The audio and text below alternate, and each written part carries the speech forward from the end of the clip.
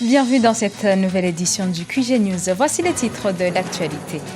Discours du président Paul Biya à la jeunesse. L'allocution a été axée principalement sur l'insertion économique des jeunes Camerounais. Et dans la crise burundaise, le président Pierre Nkurunziza, favorable à l'ouverture d'un dialogue, il a accepté de coopérer avec l'ONU pour l'ouverture rapide d'un dialogue avec une partie des opposants. Mutation des infrastructures routières en République du Congo. Le président Denis Sassou Nguesso a inauguré ce jeudi dans la province de Changa, la route Ketasombe qui ralliera Brazzaville à Yaoundé.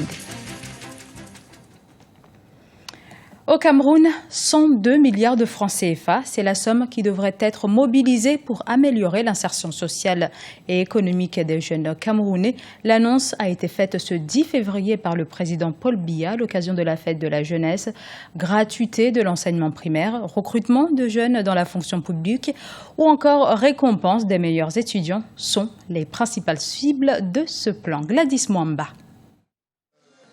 50e édition de la Fête nationale de la jeunesse au Cameroun. À l'occasion de la 50e édition de la fête dédiée à la jeunesse camerounaise, le président Paul Biya a adressé jeudi 10 février 2016 son traditionnel message aux jeunes. Lors de son discours, le chef de l'État a annoncé la mise en place d'un plan triennal spécial jeunes pour assurer leur insertion économique au sein de la société. L'insertion économique de la jeunesse est donc un souci constant.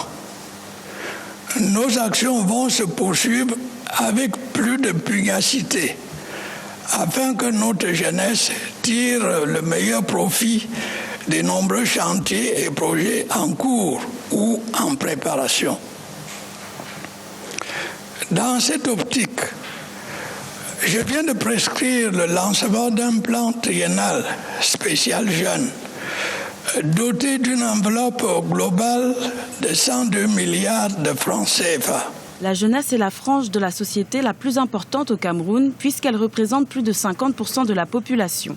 Au cours de cette allocution, le chef de l'État camerounais a programmé la gratuité prochaine de l'enseignement primaire sans donner l'échéance de son effectivité. Il a également décidé du recrutement de 25 000 jeunes dans la fonction publique ainsi que l'instauration de primes d'excellence pour les étudiants. Je puis dire que pour notre jeunesse, l'un des défis majeurs est de réussir l'arrimage à ce phénomène marquant qu'est l'économie numérique. J'invite toute la nation à se mobiliser résolument pour accompagner les nombreuses initiatives de nos jeunes dans ce domaine. Le gouvernement devra poursuivre avec méthode et efficacité la mise en place d'une infrastructure adéquate, mais aussi l'assainissement et la bonne régulation de ces secteurs clés dans l'intérêt de l'économie nationale et du développement de l'emploi jeune. Le président Paul Biya a invité les jeunes à s'intéresser à de nouveaux secteurs tels que l'industrialisation, l'agriculture et l'économie numérique désignés comme des niches d'emploi. Outre ces propositions, le chef de l'État a également annoncé l'investissement d'environ 21 milliards de francs CFA par le gouvernement camerounais pour assurer le recyclage et la mise à niveau de techniciens supérieurs et autres ouvriers qualifiés. Et à Dakar, au Sénégal, les plaidoiries de la défense dans le procès d'Hissène Habré ont commencé ce jeudi. Ces avocats officiels, tout comme l'accusé, ne reconnaissent pas la Cour et ont refusé de plaider. Ce sont donc des avocats commis d'office qui défendent Hissène Habré.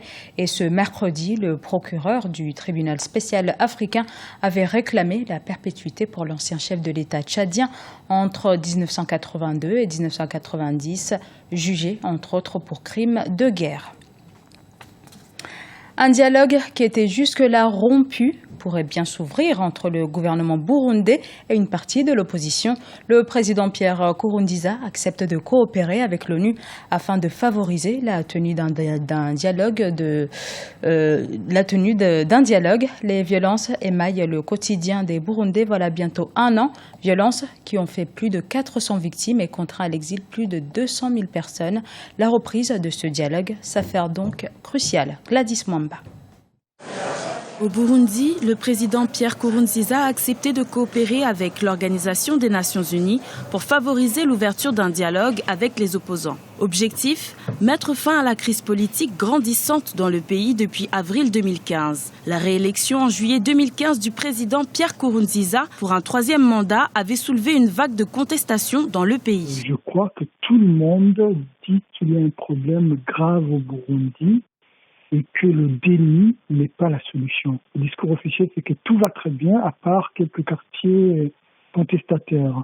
C'est vraiment des situations difficiles pour le pays et pour les Burundais. Et ça fait des mois et des mois que ça dure et on ne voit pas de solution politique. Le pouvoir semble complètement absent. Après un début de mois de janvier 2016 plutôt calme, la capitale Bujumbura a été à nouveau le théâtre de violence. Dans la nuit du samedi 6 au dimanche 7 février 2016, 4 personnes ont perdu la vie dans 3 attaques distinctes à la grenade, qui a également fait une vingtaine de blessés. Ces nouvelles violences interviennent alors que le Burundi attend la visite de 5 chefs d'État et de gouvernement africains mandatés par l'Union africaine pour convaincre le président Pierre Nkurunziza d'accepter le déploiement d'une force d'interposition dans son pays. Pour nous, il s'agit d'une visite importante. On attend la délégation aux l'occasion de s'entretenir avec les autorités burundaises sur les questions pressantes du moment. Nous ne demandons pas plus. Nous avons toujours dit que nous étions prêts. Nous l'avons dit lors de cette réunion du TPS de janvier et nous continuons de dire qu'il s'agit pour nous d'une question importante qu'on doit discuter en suivant tous les angles. Au Burundi, les regains de violence ont contraint à l'exil plus de 200 000 personnes. Le dialogue initié par l'Organisation des Nations Unies pour ouvrir les portes de la réconciliation se présente comme un espoir au retour de la paix dans le pays. Dans l'actualité également, en République démocratique du Congo, la commission électorale fixe l'élection des gouverneurs des 21 nouvelles provinces au 26 mars 2016. Et dans ces circonstances, la CENI laisse peu de place à la perspective de la tenue de la présidentielle dans les temps, c'est-à-dire avant la fin de l'année 2016, comme le prévoit la Constitution. Zoom sur la ville d'Ouesso, capitale du département de la province de Changa, au nord de la République du Congo, une ville dont les infrastructures routières sont en pleine mutation, tout comme dans la majeure partie du pays depuis 15 ans. La longueur totale du réseau routier bitumé est passée par exemple de 1000 km en 2000 à 3000 km en 2015. Et dans la Changa, ce jeudi, le chef de l'État Denis Sassou Nguesso a inauguré la route Ketasambe. En plus, pour l'intégration régionale d'Ouesso qui se trouve près de la frontière avec le Cameroun. Un reportage de notre correspondant au Congo, Jacques Amboka. Environ 900 km de la capitale Brazzaville, Ouesso est la capitale du département de la Sanga, l'une des 12 provinces de la République du Congo. Située au nord-est du pays, Ouesso est au cœur de la forêt équatoriale. Avec son aéroport desservant une liaison avec Brazzaville, Ouesso est à ce jour en constante mutation et attire de nombreux investisseurs. Ouesso, d'abord dans son étymologie, ça signifie le soleil. C'est une ville qui se situe au nord du Congo, et frontalière avec la Centrafrique, le Cameroun, disons aussi le Gabon et la cuvette centrale et même la cuvette ouest aussi. Vous voyez, donc c'est un département qui accueille tout le monde. La population de Ouesso est cosmopolite. Ici à Ouesso, vous retrouvez l'Afrique en miniature. Ouesso, une ville bien urbanisée grâce au programme d'urbanisation mis en place par le gouvernement congolais. Elle est dotée d'un grand aéroport moderne et des infrastructures routières adéquates qui ont considérablement amélioré les conditions de voyage entre la capitale et cette ville. Et Ouesso, il y a 40 ans, parce que j'ai vécu à Ouesso, c'était un grand village. Il n'y avait rien, presque il n'y avait rien. C'était vraiment enclavé. Pour faire donc Ouesso à Soanké, il fallait compter toute une journée de route et vraiment enclavé, pas de route, avec les pluies, ainsi de suite. Et aujourd'hui, on dit 40 ans après, Ouesso a subi une transformation totale dans tous les secteurs. C'est une grande mutation. Ouesso poursuit sa lancée vers la modernité et l'intégration. C'est dans ce cadre que se situe l'arrivée ce mercredi 10 février 2016 du président de la République Denis Sassou Nguesso, venu procéder ce jeudi 11 février 2016 à l'inauguration et la mise en service de la route Keta-Semba qui va relier la République du Congo au Cameroun.